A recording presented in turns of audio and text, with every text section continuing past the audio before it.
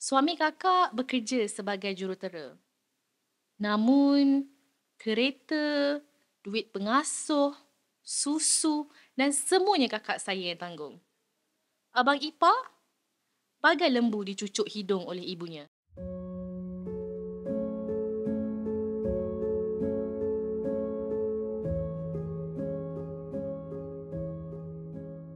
Dilema wanita, ibu mentua hantu. Di sini kita berkongsi luahan hati, konflik dan kisah rumah tangga yang menjadi dilema buat wanita. Assalamualaikum. Saya seorang gadis berusia 31 tahun dari Selangor. Untuk tidak bercerita panjang, saya ada seorang kakak yang dihantui masalah rumah tangga sejak sebulan berkahwin. Sehinggalah sekarang.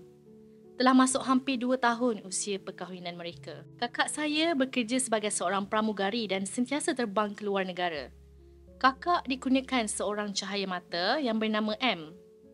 Oleh kerana jadual kakak yang sangat sibuk, kakak menyerahkan sepenuh penjagaan kepada seorang lagi kakak kami yang tinggal berdekatan dengan rumah. Namun, saya menjadi mangsa apabila kakak dan suami selalu bertengkar kerana mentuanya, ibu kepada suami kakak saya, selalu menelefon anaknya untuk pulang ke rumah di Kepung. Untuk pengetahuan puan, kakak dan suaminya tinggal di rumah keluarga saya. Saya pernah diberhentikan kerja kerana selalu mengambil MC di saat akhir.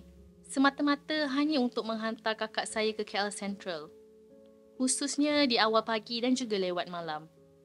Untuk kakak saya pergi kerja ke KLIA, sebaliknya pula, suami kakak dipantau oleh ibunya supaya jangan tinggalkan kerja walhal itu adalah tanggungjawab sebagai suami. Setiap bulan mereka akan bergaduh besar sehingga ibu mentua kakak menyuruh suami menceraikan kakak. Saya terpanggil untuk menasihati dan akhirnya mereka tidak jadi untuk bercerai. Sekarang timbul pula masalah baru.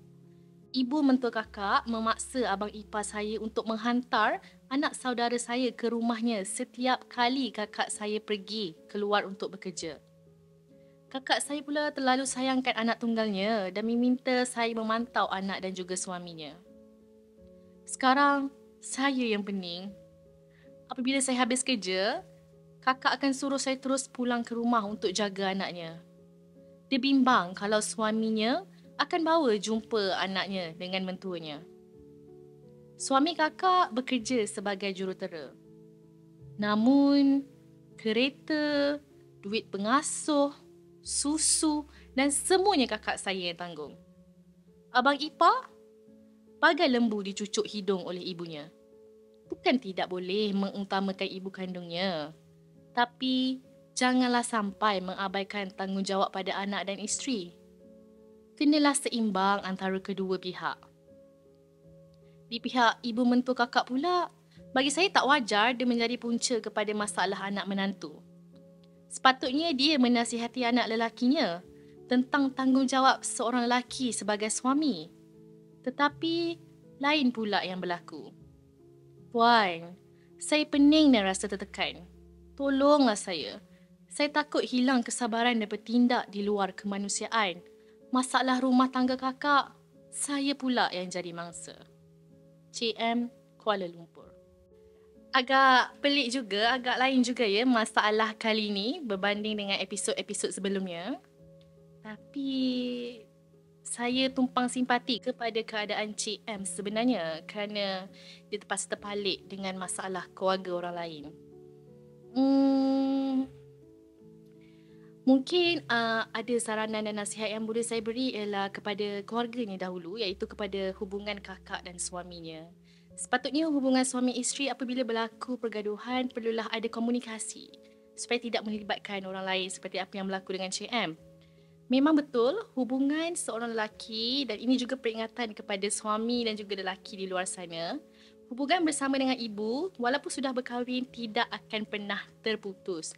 Itu adalah perkara yang pasti. Tetapi sebagai seorang suami juga, kita tidak boleh mengabaikan tanggungjawab kita kepada isteri. Kerana mengabaikan tanggungjawab kepada seorang isteri juga dilarang di dalam agama. Dan kepada kakak Cik M sendiri, janganlah memperlakukan adik awak begitu. Adik awak tu muda lagi, banyak lagi yang dia kena lalui. Tak pasal-pasal nanti mungkin adik awak terpaksa mengalami depresi sebab kehidupannya telah jadi begitu sehingga dibuang kerja. Fikirlah sikit perasaan seorang adik tu. Dan yang terakhir, saya boleh nasihatkan kepada mak mentua, kakak Cik M sendiri supaya kita tidak perlulah masuk campur urusan rumah tangga anak. Puan kena terima hakikat bahawa sekarang anak puan bukan lagi berada di bawah ketiak puan seperti sewaktu anak puan kecil dahulu.